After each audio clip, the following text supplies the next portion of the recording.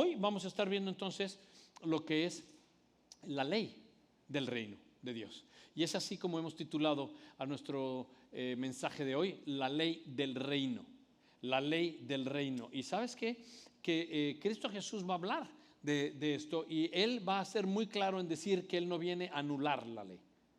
Y yo creo que esto debe de ser claro para ti y para mí, porque muchas veces pensamos, pastor, estamos viviendo nomás en la gracia. Y el Antiguo Testamento, yo ya hasta lo arranqué, pastor, ya lo tiré. Y quizá puedas pensar que ya el Antiguo Testamento es algo que no debieras leer, pero eso es un acto equivocado.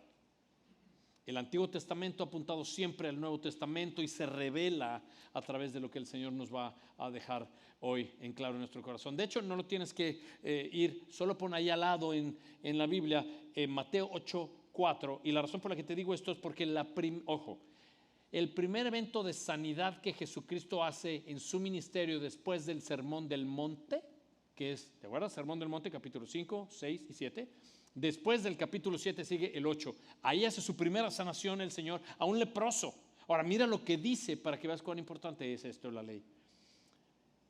Mateo 8:4. Entonces Jesús le dijo, ¿a quién? A este hombre leproso, al cual sana: mira, no se lo digas a nadie, sino ve y muéstrate al sacerdote y presenta la ofrenda que ordenó Moisés.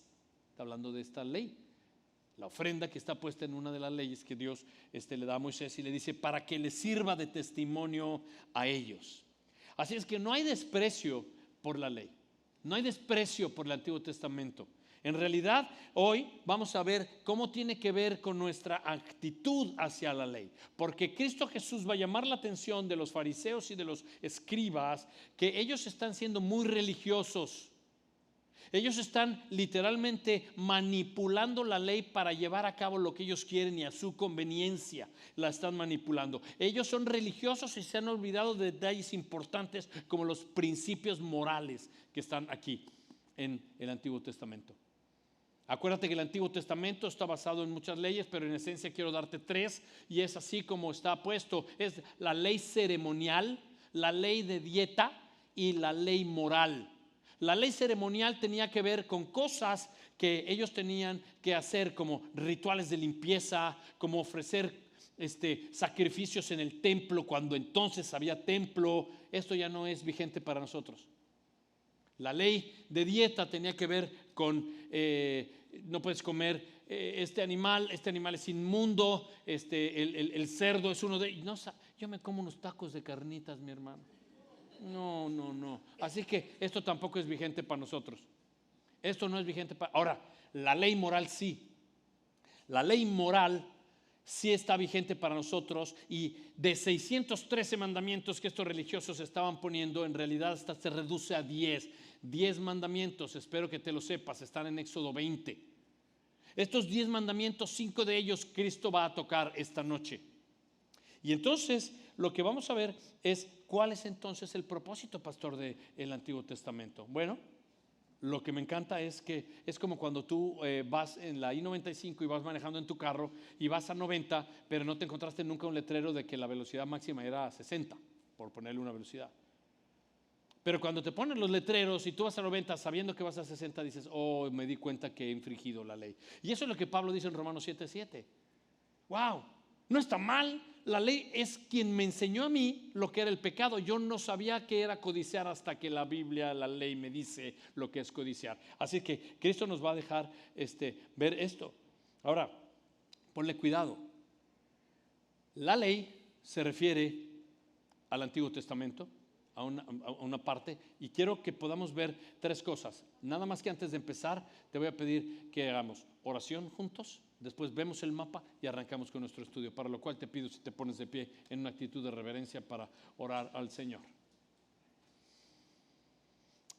Dios del cielo, venimos delante de tu presencia y te pedimos que tu Espíritu Santo sea con nosotros. Habla, Señor, que tu pueblo escucha. Haz tu obra en nosotros. Señor, no nos permitas ir de aquí sin que en alguna instancia, área de nuestro corazón sea tocada por ti. Tu palabra es viva y eficaz, más cortante que toda espada de doble filo y penetra hasta lo más profundo para poder nosotros discernir entre las intenciones de nuestro corazón y lo que nosotros queremos y pensamos hacer. Haz lo tuyo, Señor. No nos dejes que nosotros caigamos en la tentación de hacer lo que queremos y pensar que nosotros somos los reyes de nuestra vida. Nosotros debemos someternos a ti, ser obedientes a tu palabra, pero queremos entenderla bien. Así que danos de tu Espíritu Santo y revélate a nuestros corazones esta noche en el nombre de Cristo Jesús. Amén y amén. Puedes tomar tu lugar. Tenemos esta noche el mapa del sermón. El mapa del sermón para nuestros hermanos de allá hasta atrás que ponemos. Nunca ponemos un mapa que sea geográfico. Hablamos de un mapa que nos pone en puntos para saber hacia dónde vamos. Y hoy es bien sencillo. Tenemos 3 puntos en esta escritura de hoy. El primer punto es la ley del reino. Verso 17 y 18. Después vamos a caminar un poquito y vamos a ver el segundo punto. Jesús cumple la ley. Verso 19 y 20. Y de ahí nos vamos a avanzar y vamos a pasar el resto de la noche del verso 21 al 48. Y es Jesús enseña la ley. Y Jesús va a abordar 4 grandes cuestiones de la vida. Jesús va a abordar 4 cosas que están en nuestro corazón y que lidiamos con ellas. Y es la ira, la lujuria, la fidelidad, que habla de integridad, y la venganza. Debe de sonar familiar alguna de ellas. Yo no sé, en el servicio pasado estaba el presidente de los iracundos, aquí está el tesorero.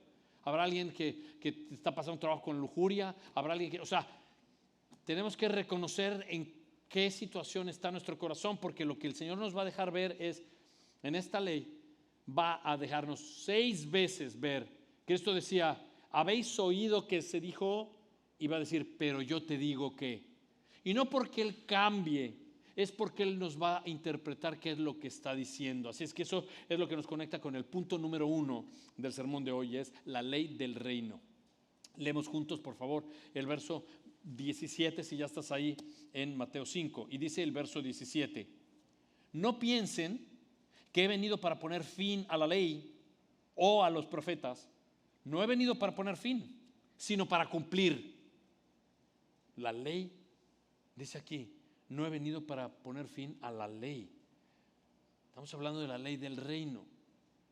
¿Qué reino?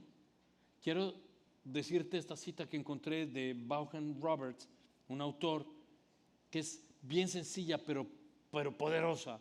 Y dice, el reino de Dios es el pueblo de Dios en el lugar de Dios, bajo el gobierno de Dios y la bendición de Dios. El problema está en el capítulo 3, entra Satanás a fracturar al pueblo de Dios y quedan expulsados del lugar de Dios, por ende no hay bendición de Dios. Y Dios ha hecho esto, un plan redentor que opera de la siguiente manera. Toda la Biblia habla del mensaje del reino de Dios, es un mensaje de redención y lo va a cumplir a través de Jesucristo para que el pueblo de Dios vuelva al lugar de Dios y esté gobernado por Dios y reciba la bendición de Dios. Y eso es de lo que vamos a hablar, la ley de Dios. Ahora, ¿de qué ley está hablando? Acuérdate que el Nuevo Testamento en este tiempo de Jesús no existe, porque los discípulos y todos los judíos lo que leen es el Antiguo Testamento, es decir, el Tanaj para el judío, para el hebreo.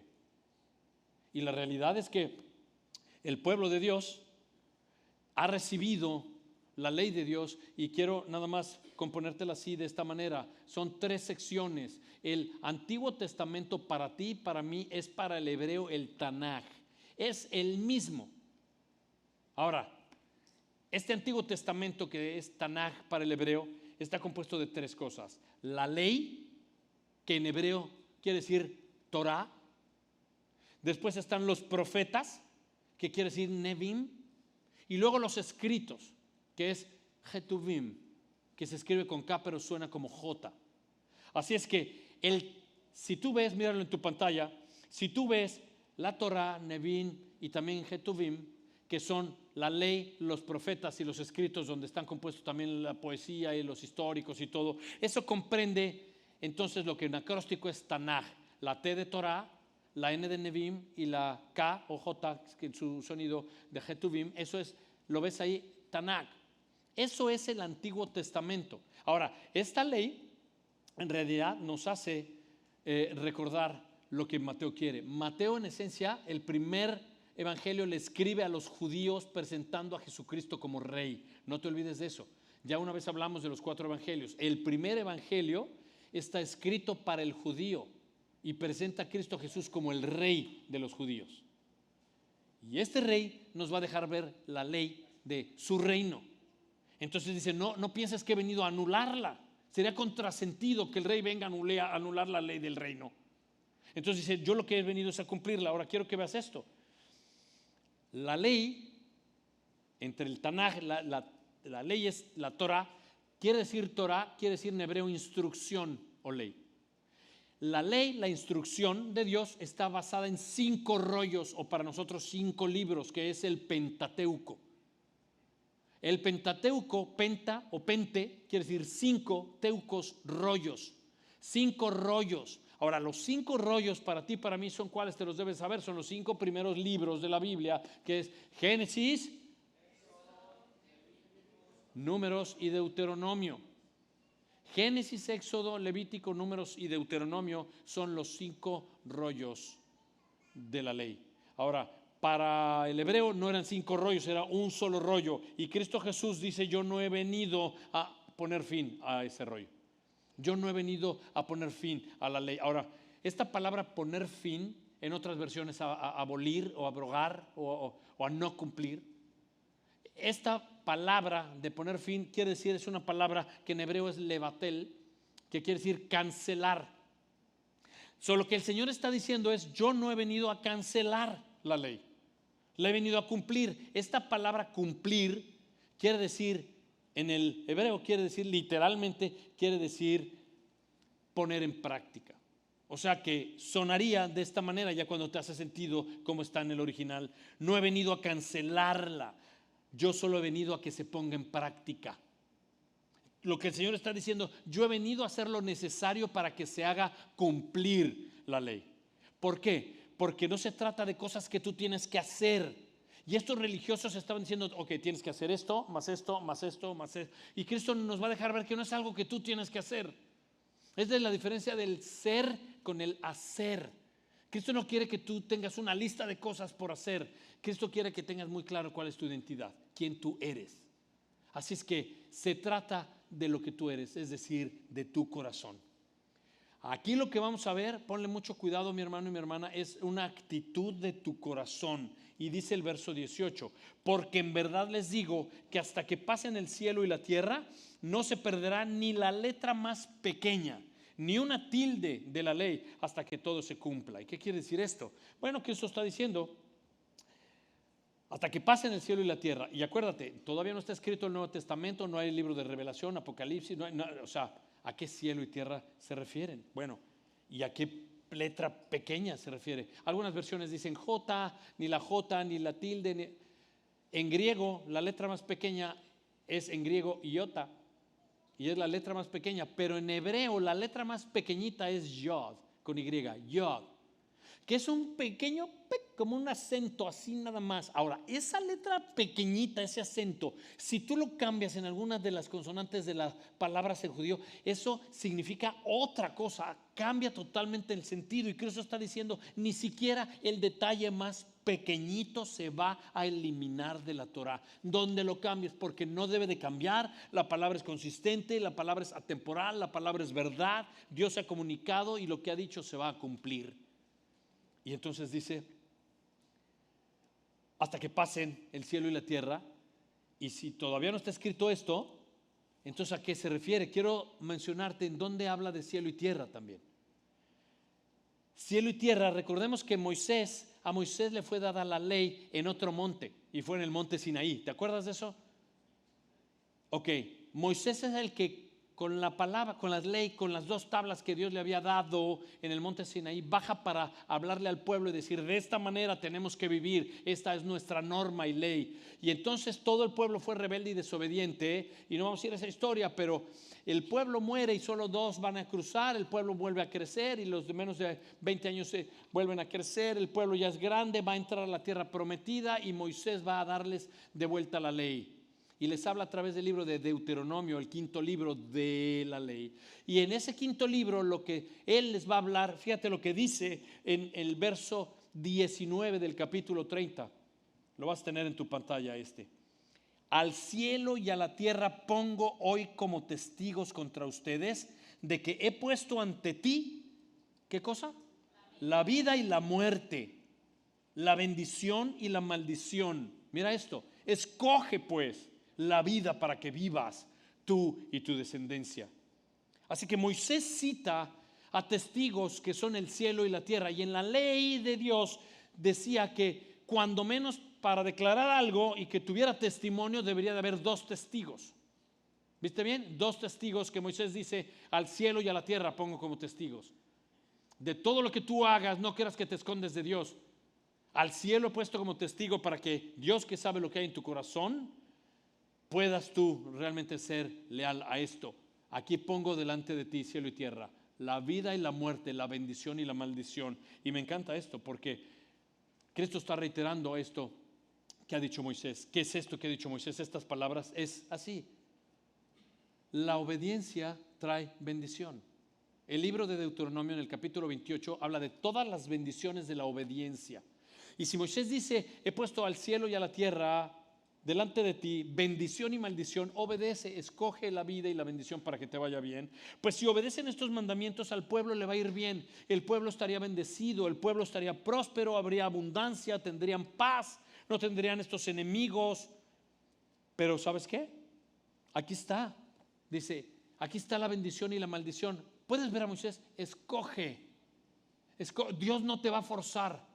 Tú tienes la libertad de escoger. Aquí está la bendición y aquí está la maldición. Elige. Espero que elijas la vida para que te vaya bien. Y entonces, aquí hace sentido. Porque aquí está la bendición y nosotros tercamente escogemos lo contrario. Y esto nos lleva a lo que Jesús nos quiere hablar en el punto número 2 del sermón, y es: Jesús cumple la ley. Y nos va a decir en el verso 19, cualquiera que anule estos mandatos o estos mandamientos, aun los más pequeños, y así los enseña a otros, será llamado muy pequeño en el reino de los cielos, pero cualquiera que los guarde y los enseñe será llamado grande en el reino de los cielos. Ponle cuidado al 20. Porque les digo que a ustedes que si su justicia no supera la de los escribas y fariseos, no entrarán en el reino de Dios. Un segundito ahí. Vamos a entender el contexto aquí un segundo. Jesús está diciendo: si tu justicia no supera la de los fariseos y los escribas, no entrarás en el reino de los cielos. Y la gente debe estar confundida, yo me imagino, porque estaría viendo a los fariseos y a los escribas como un modelo, como un ejemplo. Pues estos son los religiosos, estos son los que nos están presentando la ley. ¿Cómo es que de repente dice: si yo no soy mayor y supero esto, yo no voy a entrar al reino de los cielos? Pero la realidad es esta. A lo largo del libro nos vamos a enfrentar cómo Cristo confronta a estos religiosos diciéndole: ustedes son unos hipócritas, porque ustedes están poniendo cargas y manipulando la ley para que los demás hagan todas estas cosas que ustedes no están haciendo. Entonces, si tú estás diciendo tienes que hacer esto, pero no lo haces, si tú estás igual, pues tú no entras al cielo. O sea, tú no eres en realidad merecedor de la bendición de Dios. Estás siendo igual de hipócrita. Tu corazón dice una cosa y tu boca otra, y está diciendo tienes que superar esto. Tú tienes que ser congruente viviendo lo que dices. Cuidado de decir una cosa y hacer otra. Y me encanta porque otra vez Cristo nos va a hablar de la actitud de nuestro ¿qué? Corazón. Cristo nos va a decir: entiende que el problema del hombre es su corazón. Y la ley nos va a apuntar para ver cuán perverso es nuestro corazón y cuánta necesidad tenemos de Jesucristo que transforme a través de su Espíritu nuestro corazón. Mientras eso sucede, en cada uno nos ha pasado lo que Pablo dijo. Mira Gálatas 3:24. De manera que la ley ha venido a ser nuestro guía para conducirnos a Cristo. Pablo está diciendo: la ley ha sido en tu vida como un tutor, como una nana.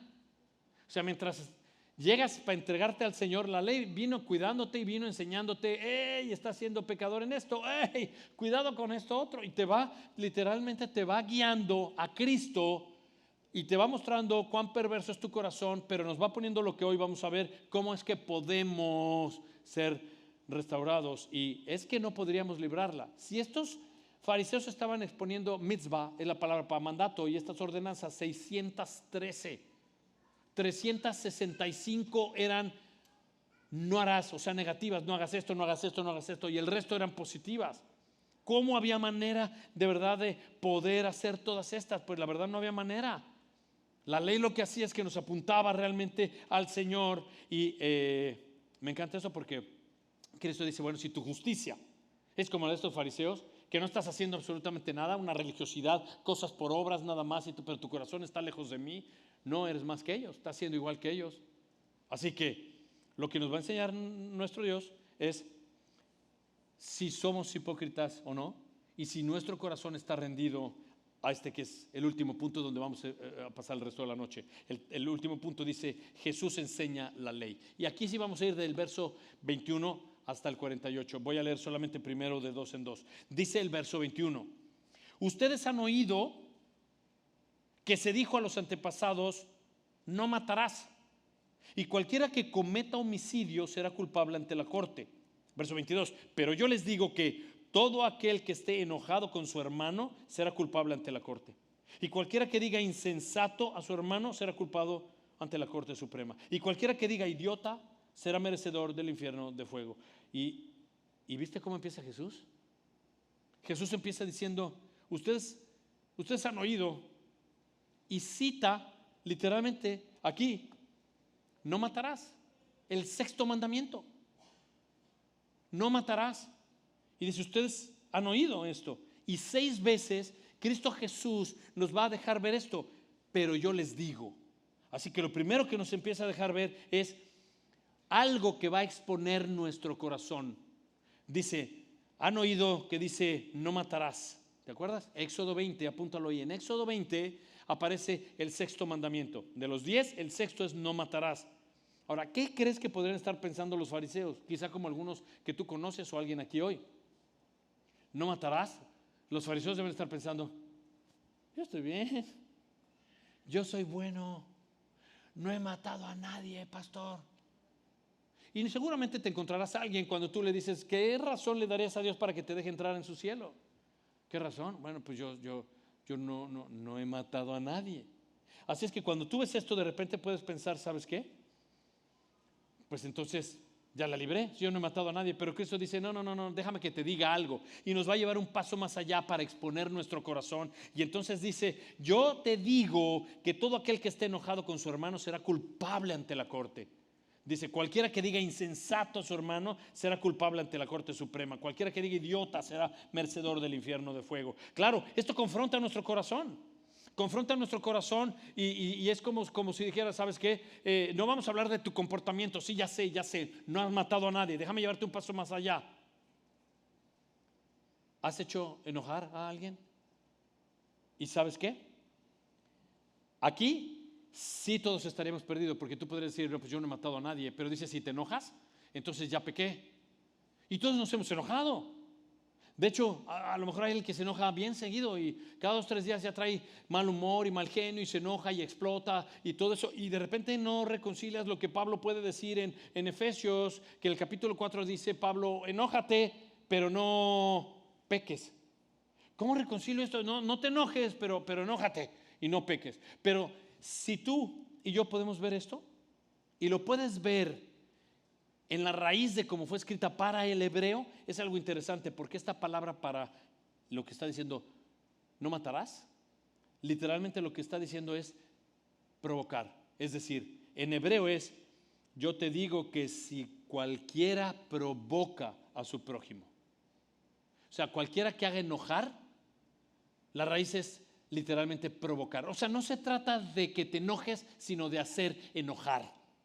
Dice aquí, si tú provocas a ira a tu prójimo, si tú provocas a ira a tu esposo o a tu esposa, si tú provocas a ira a tus hijos, si tú provocas a ira a tu empleado o al jefe, si tú provocas a ira de tal manera que esta persona se enoja, llega un punto de la discusión que llega a tal magnitud que tú empiezas a tener odio en tu corazón y dices, ¿sabes qué? Este está muerto para mí. Y empiezas a decir, es que no sé, me las va a pagar. O haces enojar al otro a tal punto que lo empiezas a hervir y lo has puesto en la esquina, que está desesperado, explotando, porque lo has provocado a ira. Y no solo eso, sino que lo empiezas a insultar y empiezas a maldecir y empiezas a decir cosas. En otra traducción dice la palabra raca. Cuando tú ofendes, lo que está diciendo es como tener el cerebro vacío. O sea, vienes en esta discusión y es como decirle, ¿sabes qué? No tienes nada en la cabeza. Eres un bueno para nada. Me parece que además me da vergüenza lo que haces y lo que dices. Cuando tú provocas a una persona diciendo estas cosas, así, has caído en esto. Has matado en el corazón. Y esto lo que nos está dejando saber es, si tú recuerdas el libro de Efesios, en el capítulo 6, en el versículo 4, dice, padres, escribe Pablo, no provoquen a ira a sus hijos.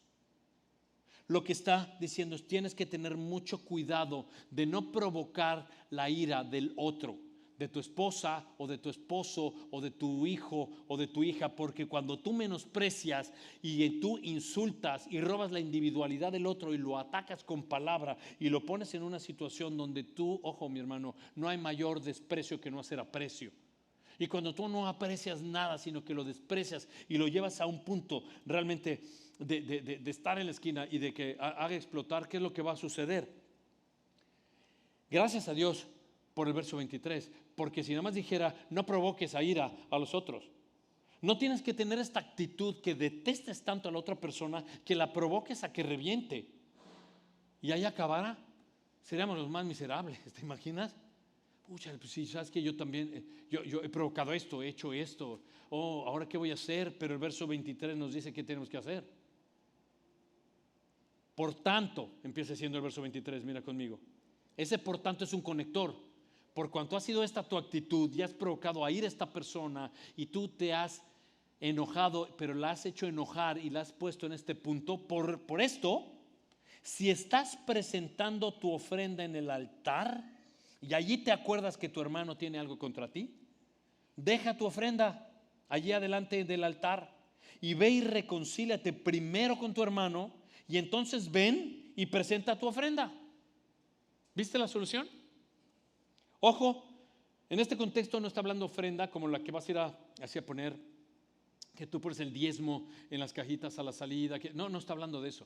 En el contexto del Señor lo que está hablando es de la ofrenda que tú ponías como sacrificio cuando llevabas unas tórtolas, unas palomas o llevabas un borrego, un cordero sin mancha para ser sacrificado. Y lo que está diciendo es, espérame, si tú estás en esa situación y has traído un sacrificio en la casa de Dios para pedir perdón por tus pecados, porque estás pidiéndole perdón a Dios, pero tú no lo extiendes al otro, wow. Sal de aquí mejor, porque no le interesa a Dios tu religiosidad. Le interesa tu alma y tu corazón. Si tú estás aquí como hipócrita, alzando las manos y cantando al Señor, pero tienes esta situación afuera, deja esta situación y ve y arregla lo que tienes primero afuera. Eso es lo que dice. Y pide perdón, porque vienes a pedir perdón al Señor, pero no has extendido perdón a aquel que tú le has hecho daño o aquel que te ha hecho daño a ti. Entonces, cuando tú ves esto, solo imagínate en tu esposa, o en tu esposo, o imagínate tus hijos o tus hijas, o el empleado, quien tú quieras. Imagínate que tú tienes esta situación en la semana y has provocado a ira y estás en una discusión terrible y para ti está muerto, o al revés, lo has provocado de tal manera que la otra persona dijo, olvídate, esta relación está muerta ya para el caramba.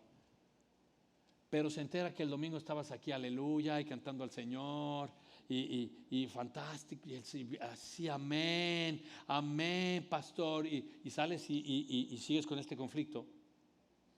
La realidad, ¿sabes qué? Te pregunto, ¿tú crees que va a ser atractiva tu fe para esa persona? O sea, ¿tú crees que esta persona va a terminar amando al Señor que tú amas con toda tu hipocresía? Claro que no. O sea, esta persona va a rechazar todo lo relacionado con Dios. Si esa es tu actitud, el problema es que la gente va a decir, ¿sabes qué? Para eso me quedo como estoy. O sea, no, yo tengo esta relación y yo no veo a Jesucristo en su vida. Lo que veo es que todo el tiempo me está sacando de quicio y me provoca y me hace enfurecer y nunca tiene capacidad de pedir perdón y nunca nada, pero va a la iglesia y canta y dice que sirve y se porta muy bien, eso sí, con los hermanos y todo, y llega aquí y es un patán.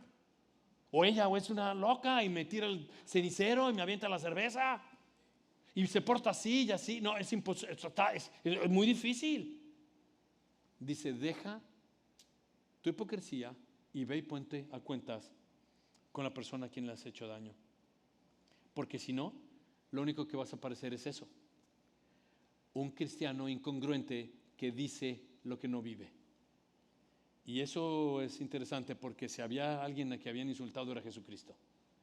A Jesús le dijeron que lo relacionaban con Belcebú, le decían que comía con los pecadores, que él era un glotón y un bebedor y todas estas cosas que le decían, y siempre respondió con gracia, dejando ver el Espíritu Santo, es decir, amor, gozo, paz, bondad, paciencia, benignidad, bondad, fe, mansedumbre y dominio propio.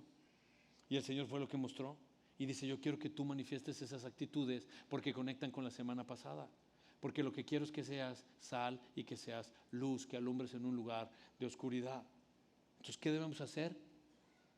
Si tú estás en ese punto aquí, te ruego que tomemos 10 segundos, o si están ahí en el online, tomemos 10 segundos para reflexionar en este momento cómo ha sido nuestra actitud para con otra persona.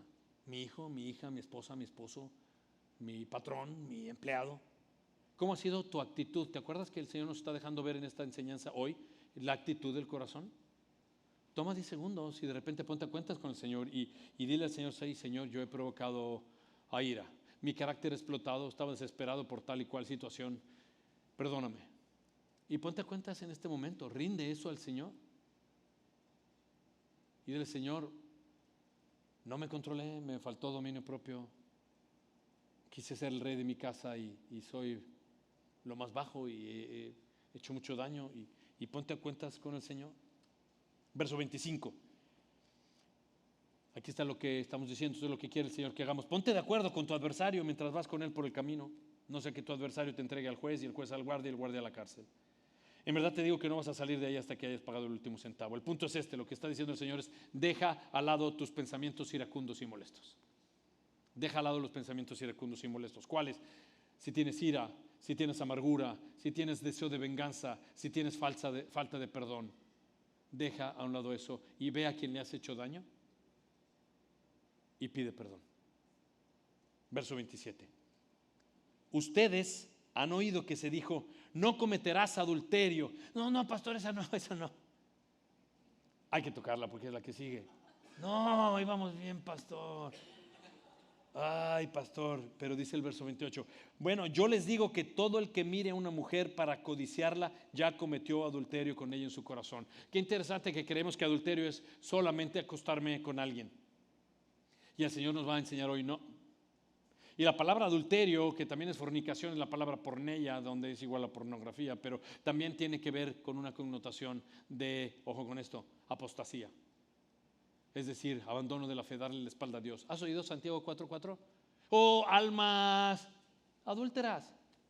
¿No te das cuenta que la amistad con el mundo es una amistad con, la amistad con Dios es la amistad con el mundo? ¿Por qué que jangueo con esto? Pero está diciendo aquí específicamente de el deseo de mi corazón desenfrenado por, y dice aquí, alguien. Cuando tú codicias, eso has cometido adulterio en tu corazón. El punto aquí, si el pasado era pon a un lado tus pensamientos molestos y de ira y tal, aquí dice: pon a un lado tus pensamientos lujuriosos y desenfrenados. Una vez más, aquí lo que nos está enseñando el Señor es: el problema es tu corazón. Tú te ves bien, que haces muchas cosas, el problema es tu corazón, es decir, es tu actitud, es tu comportamiento. Y ahí es donde debemos de tener mucho cuidado tú y yo, porque el mundo está así. Y acude y apela a la psicología, y no tengo nada contra los psicólogos, pero vienen para que les arreglen, como si el problema está en lo que tú estuvieras haciendo. Y aquí el problema está diciendo: Cristo, tu problema está en tu corazón. Porque si el psicólogo fuera tan bueno, el mundo no estaría como está. ¿Por qué lo digo? Porque el problema es del corazón, el problema es espiritual, ahí no llega a la psicología, el problema es del corazón, es esto. El problema está en que yo no sé cómo funcionar porque no sé quién soy, porque mi identidad está puesta en el lugar equivocado y mi mal funcionamiento necesito que me lo arreglen, y entonces llamo al psicólogo, como si el problema estuviera en la funcionalidad del hombre. El problema no está en cómo tú funcionas, el problema está en quién tú eres. Tu problema es de identidad. El problema es que no sabes en dónde está tu corazón. Yo cuando hacía este trabajo en la televisión y las novelas y todo, la identidad estaba en el dinero. Mi Dios era el dinero y la fama. Por ende, a lo que le daba más valor y lo que tenía propósito para mí era eso. Y Dios me dijo, por eso estabas perdido, porque es que el día que se te acabe la novela o el rating no funcionó y te da una patada en la espalda y te echan para afuera, ¿perdiste tu identidad? No. El problema no está en lo que haces, el problema está en lo que tú eres. Tu problema es el corazón. Al Señor es lo que le importa, el corazón. Y tú podrás decirme, ¿sabes qué? La verdad es que, no, pastor, yo no le he fallado a mi esposa, yo no me he acostado con nadie. La pregunta es, ¿pero has estado codiciando a alguien? Porque puede pasar una mujer y tú como hombre puedes venir manejando y puedes ver la mujer y te sigues. Y that's okay. Puedes incluso observar la creación y la belleza de lo que Dios hace. ¿Está bien? Si eres mujer, de repente puedes ver a este hombre, wow, qué viril y qué bien se ve. Mira ese hombre y te sigues. Y that's okay. El problema está cuando, ay, y como dicen los mexicanos, ¿qué comen los pajaritos? Masita. Ay, mi reina. Y si te empiezas a eso y ya le empiezas a ver 2, 3 veces y ya no eso, sino que, no, espérate, no manches. Y ya ahí estás en un problema.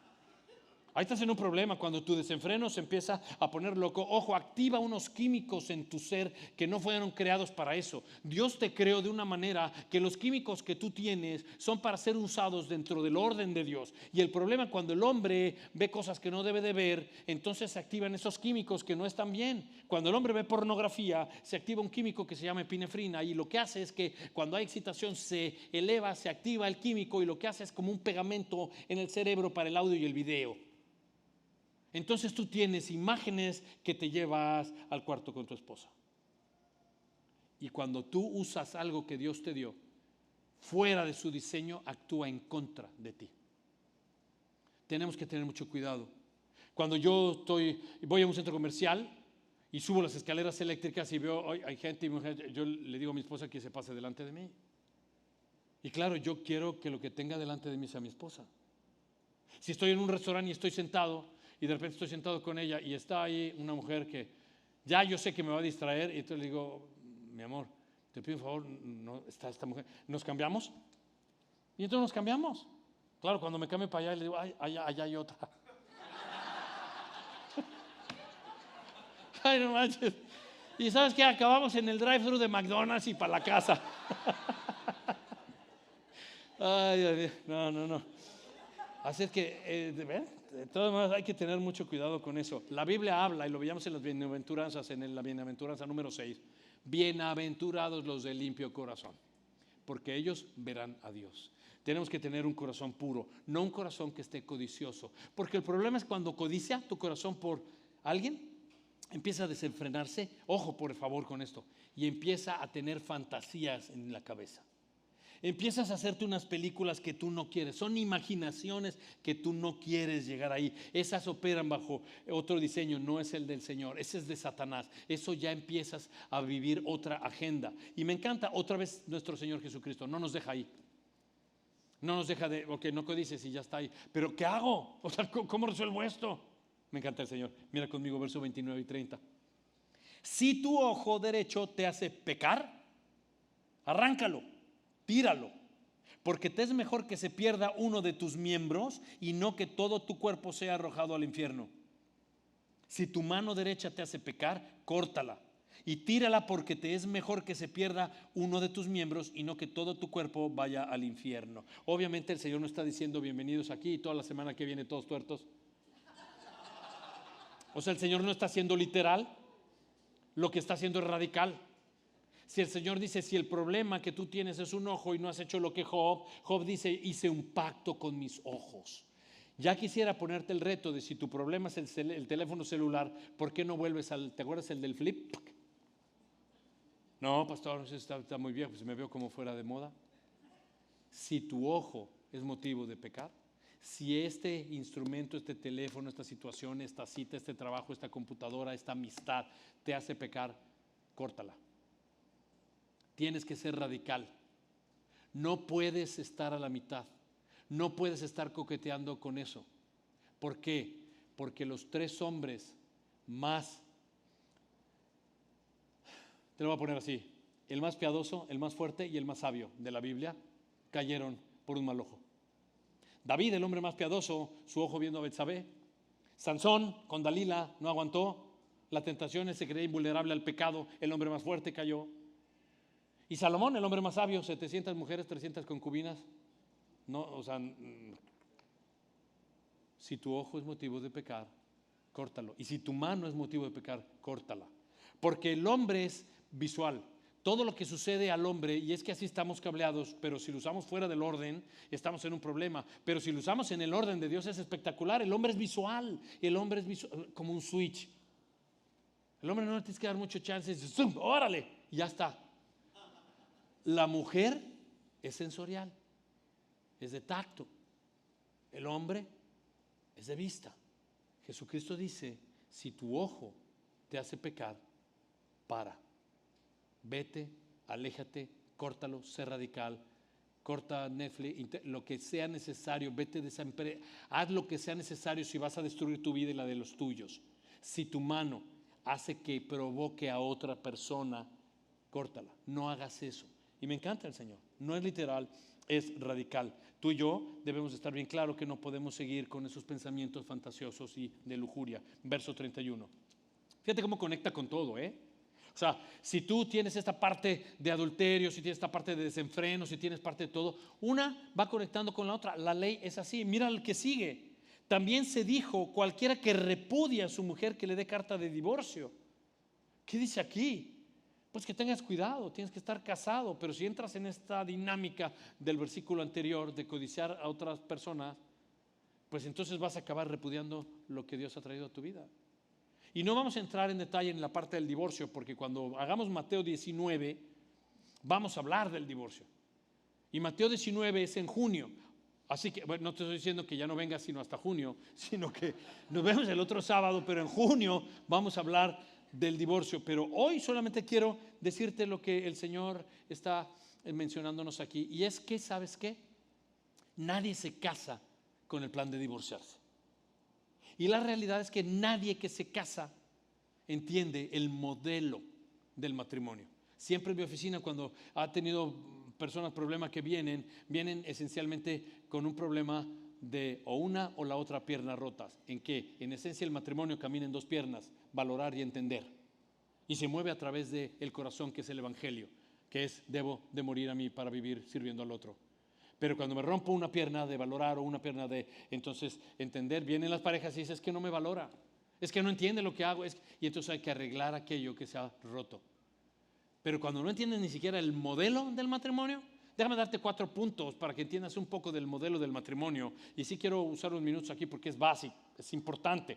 Pero uno de los puntos que el Señor dice de las funciones esenciales del matrimonio está en Génesis. Todo está en Génesis 1 y 2 porque ahí fue donde fue modelado. Ahí Dios hizo matrimonio entre Adán y Eva. Pero el capítulo 1 y capítulo 2 nos dejan saber muchas cosas. La primera función del matrimonio para lo cual fue creado es, según la Escritura, es en Génesis 2 que dice, y vio Dios a Adán, dice, que no era bueno que estuviera ¿qué?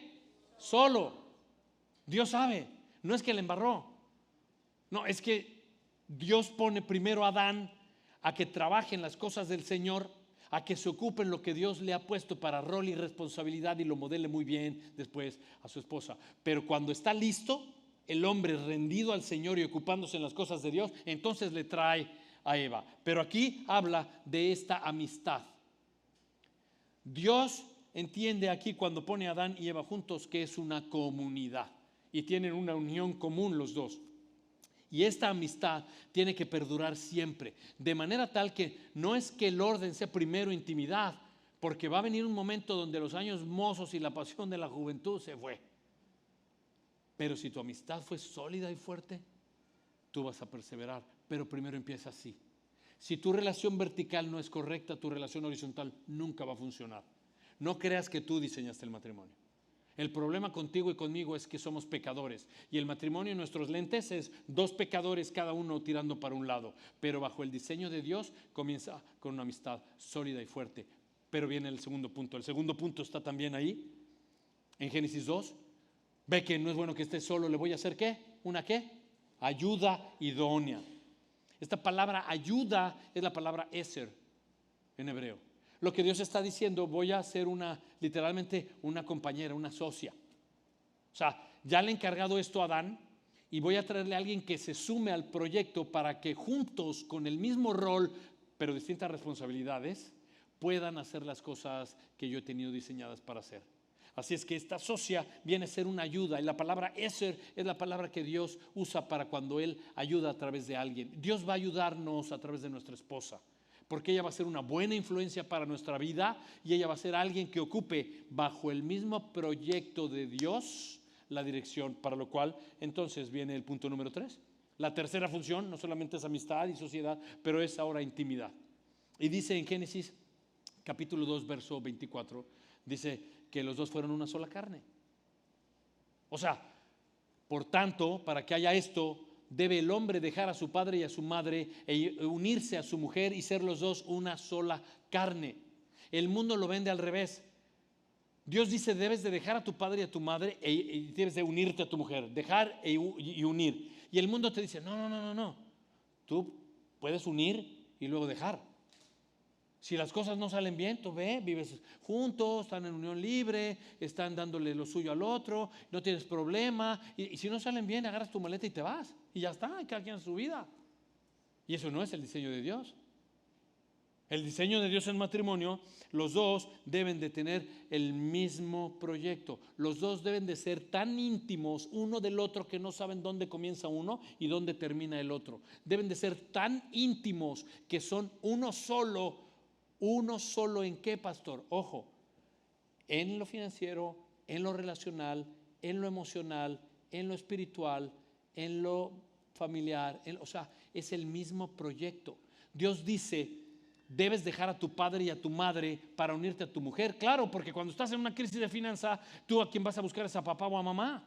Cuando estás en una crisis de batalla y de incomodidad porque has discutido con tu pareja, vas a venir: esta noche me quedo en casa de mi mamá, y te vas donde la mamá o sea, no, tú tienes que dejar a mi papá, o sea, a tu papá y mamá, para depender únicamente de Dios siendo uno. Cuando tienes un problema, acudes a Dios. Cuando hay en lo financiero, sabes que Él es proveedor. Cuando no sabes a dónde ir, buscas su dirección. Cuando Él es nuestro pastor y nos va a guiar.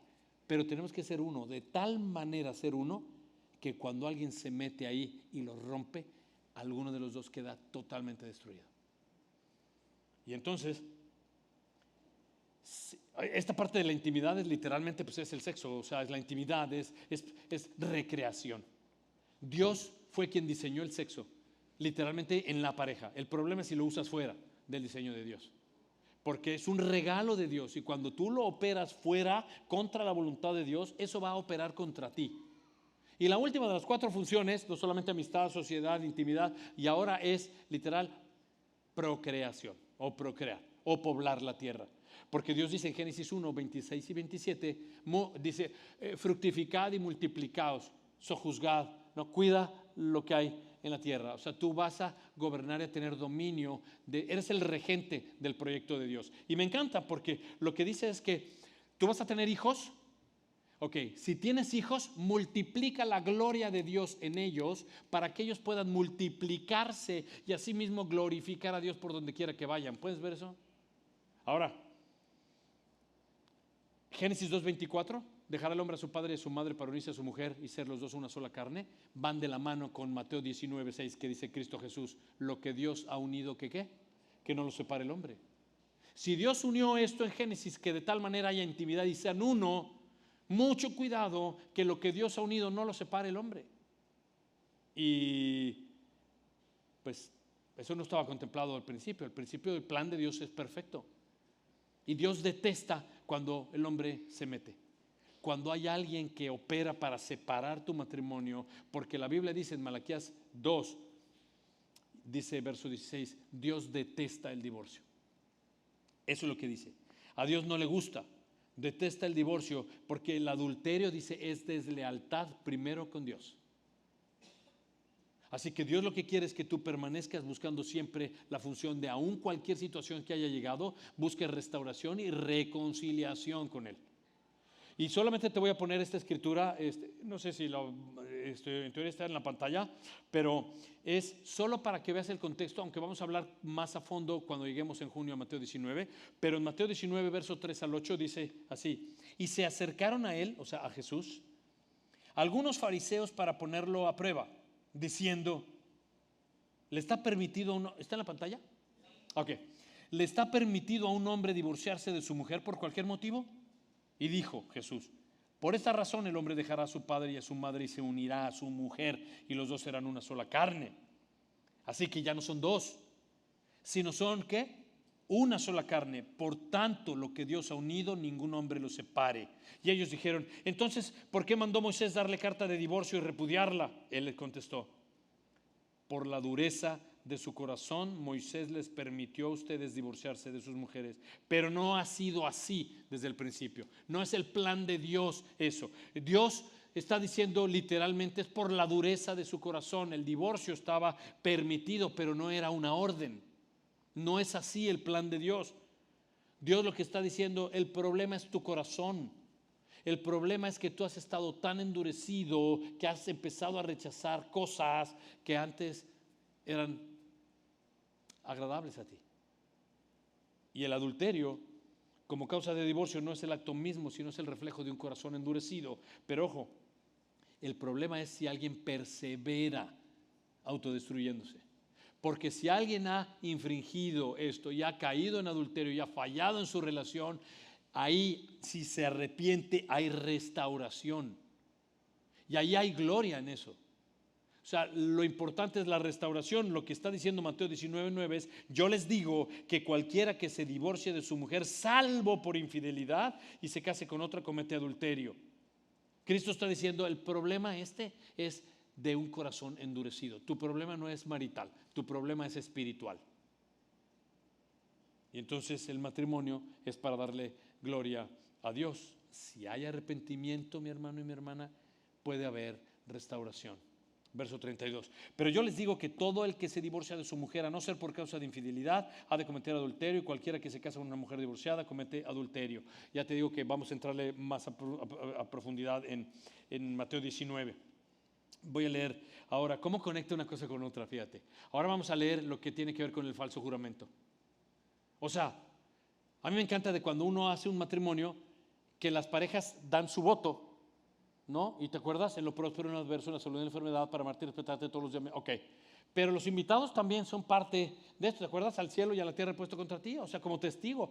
Los invitados están ahí para rendir cuentas de que esta pareja trabaje su matrimonio, de que puedan ellos ser parte de esto y apoyar estos votos. Pero mira lo que viene ahora del verso 33 al 37. Es juramento falso lo que va a enseñar el Señor. También han oído que se dijo a los antepasados, no jurarás falsamente, sino que cumplirás tus juramentos al Señor. Pero yo les digo, no juren de ninguna manera, ni por el cielo, ni, dice, porque es el trono de Dios. Y dice, ni por la tierra, porque es el estrado de sus pies, ni por Jerusalén, porque es la ciudad del gran rey, ni jurarás por tu cabeza, porque no puedes hacer blanco o negro ni un cabello de tu cabeza. Antes bien, sea el hablar de ustedes sí, sí, o no, no, porque lo que es más de esto procede del mal. En esencia lo que Cristo está diciendo es, guarda tu palabra. O sea, sé tan fiel que debes de mantener tu promesa. Lo que dice, ¿sabes qué? Cuando tú sueltas una palabra, ya no regresa, mi hermano. Ten mucho cuidado de lo que dices. Ten mucho cuidado de no ser pronto en responder. Ten mucho cuidado de creer en cláusulas, porque este mundo es pura desconfianza, por eso hay contratos y si se firma. Pero acá lo que está hablando es de un pacto, que es de confianza. Lo que tú me has dicho yo lo voy a creer. Yo lo voy a creer. Y tú como cristiano, lo que el Señor está diciendo, pues ¿sabes qué? No prometas cosas que no vas a poder cumplir. O sea, lo que está diciendo es cuidado con esas promesas que son poco realistas. O sea, tú sabes que ni siquiera va a poder. Dice, ojo, tú no puedes ni siquiera convertir un pelo blanco en tu cabeza, ni un pelo negro en tu cabeza. No tienes esa capacidad. Cuidado con prometer cosas que no están en tu control y que tú no tienes la capacidad de poder gobernar sobre ellas. Ten mucho cuidado de no ser impulsivo y responder con cosas como siempre y nunca. Ten mucho cuidado con las exageraciones, dice el Señor. Y lo dice porque en el contexto de aquí del Señor, pues el pueblo de Israel lo que tenía es que fallaba. O sea, el pueblo de Israel lo que decía era, ahora sí, Señor, prometemos de verdad que vamos a cumplir. Ahora sí lo vamos a hacer, Señor, ahí perdónanos, sí lo vamos a. Y fallaban. Y prometían y volvían a fallar. Y Cristo dice, así estamos nosotros. Ahora sí, voy hasta el Bible Study de los martes, Señor. Perdóname. Ahora sí voy a ir a los 2 servicios hoy de una vez, Señor. Pero el Señor dice, no digas eso. No te comprometas en algo, no jures por nada. Si tu sí es sí, si te creen o no, es otra cosa. Pero tú, sé luz. Y tú, lo que es sí, hazlo. Y cuando es no, da la capacidad a ser firme en tu no. Verso 38 y vamos hasta el 42. Ustedes han oído que se dijo ojo por ojo, diente por diente, pero yo les digo, no resistan al que es malo. Antes bien, cualquiera que te abofetee en la mejilla derecha, vuélvele también la otra. Al que quiera ponerte pleito y quitarte la túnica, déjale también la capa. A cualquiera que te obligue a ir 1 kilómetro, ve con él 2. Al que te pida, dale. Y al que desee pedirte prestado, no le vuelvas la espalda. Y esto es difícil, sobre todo en un contexto macho, ¿no? Esto es difícil. O sea, ¿cómo, Señor? O sea, me dan una bofetada y me dices que ponga la otra mejilla. O sea, me llevaron el abrigo y quieres que le dé también la camisa. ¿Sabes que en el tiempo de Jesús si venía un soldado romano y te hacía así, tac, tac, tac, tac, tac, en el hombro con la espada y te decía, aquí está, llévame toda mi armadura, llévame todas estas cosas, llévamelas para allá 1 milla? El Señor te dice, llévala 2. Dale otra milla extra. Bendícele. Si alguien te pide la camisa, yo soy el que proveo para ti. Dale el cinturón. Dáselo. Y me encanta porque llegamos a un punto donde vemos y por cómo debemos hacer esto, porque el Señor fue quien lo hizo, ¿no? El Señor dio su vida aún nosotros siendo pecadores. Cuando carga en la cruz, ¿te acuerdas que el romano le pide que cargue en la cruz y la lleva más adelante? ¿Te acuerdas cuando el Señor ahorita mismo dice, no devuelvas el golpe cuando te lo den? Y es que en nuestro contexto te dan una bofetada, tú se la regresas, ¿qué te pasa? Y el Señor dice, ¿sabes qué? Lo que tú debes hacer es no cobrártela tú, o sea, no devuelvas ese mal. Lo que está diciendo es algo interesante, porque el mundo te lo vende al revés. Mira, el mundo lo que te está diciendo es, ¿qué? ¿Te hizo eso? Hazlo tú, devuélveselo, dáselo, hijo, tú también. Te pegó, que le duela. Y el mundo te dice, págale mal con mal. Pues te hizo esa tranza, hazle tranza tú.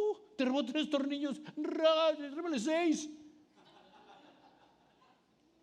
Y Satanás te dice, al bien, págale con mal. Es tu oportunidad, hijo. Ahorita es cuando puedes hacerte de ese negocio, dale. Pero es una buena persona, no, es tu oportunidad. O esta persona es buena, pero tú eres una abusiva, dale, sí. Si no te respetan, nadie ve tu corazón, hágale, dale. Y eso es, y en cambio el Señor te dice, al que te paga con mal, tú págale con bien. El Señor te dice, cuando te hagan mal, tú dale gracia. Cuando pase esto, devuélveselo. Y quizá no nos entendamos nosotros cuando dice, pero ¿cómo es esto que te dan una bofetada y le ponga la otra mejilla? Quiero nada más darte el contexto para que veas lo que quería decir. Pero esta idea de la mejilla, lo que está diciendo, porque la mejilla en el tiempo del Señor lo que tenía como un símbolo era una relación entre las personas. De hecho, tú ves la Biblia como en Romanos y en otros de los libros que dice, salúdense con un beso santo. O sea, la mejilla era parte de la relación, es decir, el beso, el saludarte, el todo, sí, era parte de una relación. Ahora, golpear en la mejilla o dar una bofetada en la mejilla era atacar la relación. O sea, cuando alguien daba una bofetada, lo que estabas poniendo era literalmente un fin a la relación. ¡Pah! Se acabó, no más, no más. Y eso es lo que el Señor dice, o sea, tú y yo lo vemos como una falta de respeto, no te están respetando, te están hablando mal y están violando esta relación. Pero lo que el Señor dice es, cuando eso sucede y ataquen la relación, vuelve a ofrecer la relación. Lo que el Señor dice, ¿sabes qué? Vuelve a poner la mejilla. Lo que el Señor dice es, vuelve a ofrecer la bendición de la relación. Busca estar bien. Si algo te hace alguien, no te vayas. Trata de recompensar eso, trata de volver a negociar para que las cosas estén bien. No ocupes tu corazón con orgullo, en verdad, haz esto. No, pastor, es que usted no sabe cómo me han hecho daño a mí. Usted no sabe el daño, la manera que he sufrido, cómo se han portado conmigo. Yo te quiero decir con todo mi corazón que precisamente la idea aquí es esa. Nosotros no merecíamos la gracia de Jesucristo. Porque Cristo Jesús, aún tú y yo siendo pecadores, no esperó a que cambiáramos. Aún siendo pecadores, Él murió por nosotros. El punto es este. Tú y yo, Cuando respondemos, no respondemos a esta gente. Tú y yo respondemos es a Dios. A Él es a quien tú y yo damos cuentas. Jesucristo quiere que tú y yo seamos diferentes. Jesucristo nos está llevando a hacer hoy una milla extra a ti y a mí, en esencia para glorificarlo, para que cuando estemos en estas situaciones tú y yo podamos amar al otro. ¿Y sabes qué? Eso es lo que nos conduce a la última parte y luego los últimos versos. Mira del verso 43 al último, al 48. Ustedes han oído que se dijo: amarás a tu prójimo y odiarás a tu enemigo. Bueno, yo les digo: amen a su enemigo y oren por el que lo persigue. ¿Para qué, Señor? Para que ustedes sean hijos de su Padre que está en los cielos. Porque Él hace salir su sol sobre malos y buenos, llover sobre justos e injustos. Porque si ustedes aman a los que los aman, pues ¿qué recompensa tienen? ¿No hacen también lo mismo los recaudadores de impuestos? Y si saludan solamente a sus hermanos, ¿qué están haciendo más que otros? ¿No hacen también lo mismo los gentiles? Por tanto, sean ustedes perfectos como su Padre Celestial es perfecto. Sean santos como Dios es santo. Santo quiere decir apartado de. Es decir, apártate de lo mundano y de los malos comentarios y de la gente que te quiere dar consejos que no conoce de Dios. Apártate de eso y sal de tu zona de confort y ponte en un punto donde tú puedas amar al otro. El amor, quiero definírtelo y siempre lo he dicho desde aquí, bíblico es dar. Y es lo que el Señor nos está diciendo: da, ama al otro, da. Sé intencional. Amar bíblicamente es dar al otro lo que más necesita, aunque menos lo merezca, a un costo de sacrificio. Y eso es el poder de la cruz. De tal manera amó Dios al mundo que ¿qué? Que dio a su Hijo unigénito, para que todo aquel que está buscando identidad en el lugar equivocado porque le pones valor a otras cosas, y la abundancia del hombre no consiste en lo que tú tienes, por eso no te identificas con nada, porque este mundo nunca va a saciar tu corazón. Pero si tú crees en lo que Cristo hizo, entonces tendrás vida eterna, ya no estarás más perdido. Y cuando dice eso el Señor, vemos en realidad que con toda naturaleza quiere que nosotros podamos ser ejemplo. Necesitamos de su poder y de su Espíritu Santo para amar a los demás y actuar en obediencia. Mira lo que dice Juan 13, verso 34 y 35. Un mandamiento nuevo les doy: que se amen los unos a los otros como yo los he amado. Así se amen los unos a los otros, y en esto conocerán todos que son mis discípulos, si se tienen amor los unos a los otros. Debemos de actuar en obediencia. ¿Te acuerdas Jesucristo en la cruz? Obediente hasta la muerte y muerte de cruz, y dijo: perdónalos, Padre, porque no saben lo que hacen. Hoy el Señor ha hablado y debemos haber entendido que lo que nos quiere dejar ver es que es un problema de nuestro corazón. El corazón del problema es el problema del corazón. Tú y yo tenemos que tener mucho cuidado cómo es la actitud de nuestro corazón. Y déjame cerrar lo que aquí en Calvary Chapel estamos aprendiendo, y es con la red. Recuerda, entiende y deja que Dios cambie tu vida. Recuerda, ¿qué tengo que recordar? Tengo que recordar en quién me estoy convirtiendo. Tenemos que cambiar, para bien o para mal, pero tenemos que ejercer un cambio. Tú no puedes salir de aquí y ser el mismo. Debemos de parecernos más a Jesús, esa es la esencia. Así que la pregunta es, lo que debo de recordar es: ¿en quién me estoy convirtiendo? Entiende. ¿Qué debo de entender? Presta atención en lo que sucede adentro de ti. ¿En quién me estoy convirtiendo? ¿Qué está pasando dentro de ti? Porque el verdadero problema, mi hermano, no es en verdad si tú tuviste relación con alguien, si tú agrediste a alguien, si tú te has vengado con alguien. El problema en realidad, eso es solo externo, es un problema del corazón. Y deja que Dios cambie tu vida. ¿Cómo? Niégate a ti mismo, carga tu cruz y sígueme.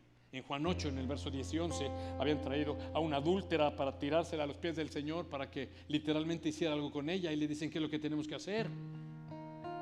Y total, ya te sabes toda la historia, pero al final Jesucristo les dice: ok, el que esté libre de culpa aquí, tira la primera piedra.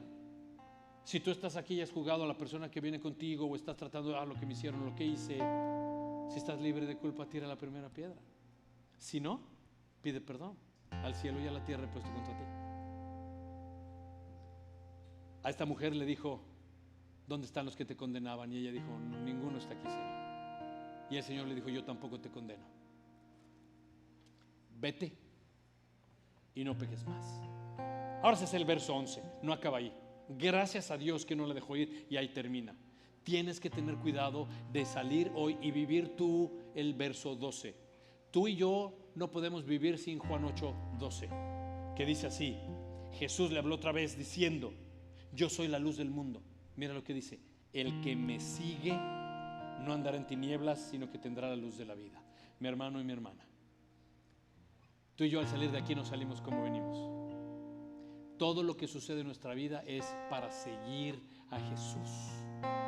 El verso 12 es: soy la luz, sígueme para que no andes en tinieblas. Niégate a ti mismo y sígueme. ¿Y qué quiere decir negarme a mí mismo, Señor? Niega tu orgullo, niega tus deseos carnales, niega los malos hábitos que tienes. Muere a ti en esencia para vivir para Él. Eso es lo que Cristo hizo por mí y lo hizo por ti. Y lo vamos a recordar en comunión. Vamos a tener Santa Cena juntos. Y lo que quiero es que podamos orar. En lo que los muchachos se acomodan, yo quiero que tú cierres tus ojos, igual ciérrenlos en la casa, y solamente ora por estas actitudes del corazón que hemos visto esta noche. Yo voy a orar, y si hay alguna que has fallado, ponte a cuentas con Dios y dile: Padre amado, Señor, venimos delante de tu presencia y quizá hay alguno aquí que haya tenido pensamientos de ira y ha tenido un carácter desenfrenado, Señor, y hoy quiere confesarlo delante de ti porque no ha podido tener dominio propio y ha tenido incluso pensamientos de mal. Y Señor, eso no te agrada, y pido que ponga a cuenta su corazón. Y si hay alguien aquí que ha estado desenfrenado en lujuria o ha estado con pensamientos fantasiosos, Señor, y su corazón tú lo conoces, yo pido que abra su corazón y confiese a ti lo que ha hecho y la manera que ha estado pensando, porque quizá eso ha impactado su matrimonio y esta persona ahora está padeciendo y sufriendo. O quizá esta persona está aquí porque ha estado experimentando una situación que incluso contempla en divorcio y no sabe cómo restaurarlo, y hoy supo que lo que tiene que hacer es venir a ti, porque el divorcio contempla una situación de un corazón endurecido y hoy quiere aprender a cómo poder suavizarlo. Tu palabra dice que tú haces ese trasplante de un corazón endurecido de piedra a un corazón suave y tierno de carne. Señor, ven a ellos. Y Señor, si hay alguien que tiene hoy un corazón de amargura con una disposición para vengarse, que salga hoy entendiendo lo que tú padeciste y lo que tú sufriste, sin ni siquiera abrir la boca, como cordero que fue llevado al matadero. Perdónanos, Señor, porque no sabemos lo que hacemos. En el nombre de Jesús. Amén. Si tú de pronto has podido conectar tu corazón y estás aquí, este tiempo es para ti. Vamos a recordar lo que Cristo Jesús hizo por nosotros, de ir a la cruz para perdonarnos de nuestros pecados y reconocer eso. Pero si tú estás aquí, la Biblia dice que si tú tomas los elementos de comunión sin discernir lo que estás haciendo, solo sumas juicio a tu vida. Y eso lo que quiere decir es que estaríamos en la posición que hablamos al principio, en hipocresía, sabiendo lo que hay en nuestro corazón, escondiéndolo delante de Dios, creyendo que no ve. Pero tomar los elementos para recordar que Él fue a la cruz para morir por mí. ¿Sabes el costo que tuvo por tu vida? Fue la vida del Rey del mundo. Así es que ponte a cuentas con Él, entrégale tu pecado ahora y confiésate delante del Señor, para que puedas discernir y tomar la cena juntos del peso que tiene y el valor del pago en la cruz por nuestro pecado, para ser liberados y redimidos y comprados con sangre, de manera que cuando Cristo antes de morir dijo: ha sido pagado por completo. Ponte a cuentas con Dios. Los muchachos van a tocar una adoración y ese es el tiempo que tú tienes para rendirte a Dios. Ponte a cuentas con Él, y si ya has sumado esto al Señor, has pedido perdón, te has arrepentido, levántate y entonces toma los elementos. Si tú estás bien a cuentas con el Señor, cuando escuches la canción, solamente levántate y ven y toma los elementos. No los comas hasta que lo hagamos juntos como familia. Ponte de pie cuando estés listo. Si no has orado, ora al Señor y ven por tus elementos.